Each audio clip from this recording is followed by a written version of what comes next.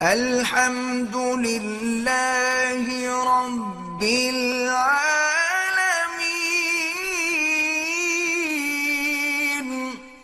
لیکن جادو کی کیا طاقت ہے کہ اللہ کے نبی کی معجزے کا مقابلہ کر سکے؟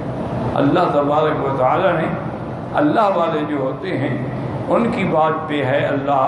یہاں ایک بہت بڑے بزرگ ہوتے تھے، فوت ہو گئے، میں نے ان کے بیٹے کی زیارت تو کی ہے تو لیکن ان کو نہیں دیکھا میں۔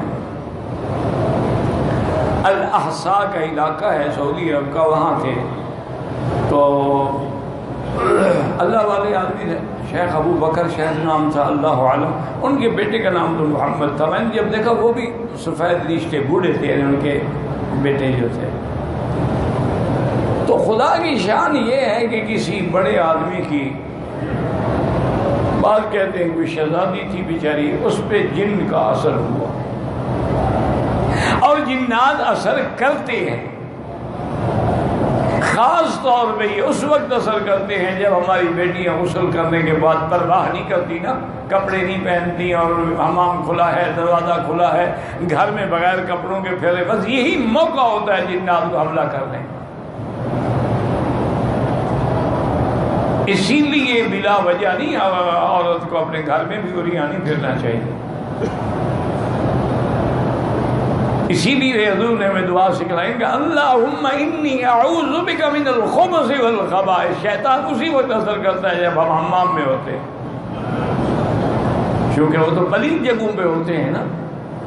تو جب ہم یہ دعا پڑھ لیتے ہیں وہ بھاگ جاتے ہیں، پھر آ ہی نہیں سکتے قریب۔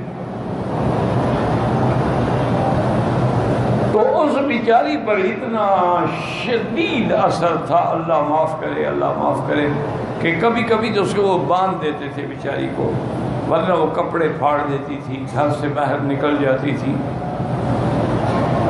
بڑے پیروں شیروں نے پڑا چڑھا کیا، لیکن یہ وہ کہتے ہیں نا کہ جو بھی سر میں ڈالے وہ قلندر تو نہیں بن جاتا نا۔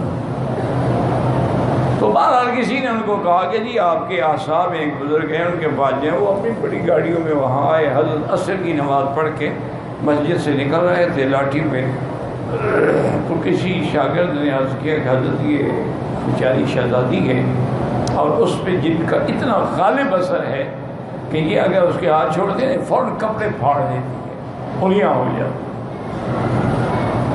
فرمایا کہاں ہے؟ وہ بندہ ہوا لے آئے۔ اب لوگوں نے سوچا کہ حضرت بیٹھیں گے، وظیفہ شریفہ پڑھیں گے کوئی، تو آپ نے میں چھوڑ دو اس کے ہاتھ پاؤں۔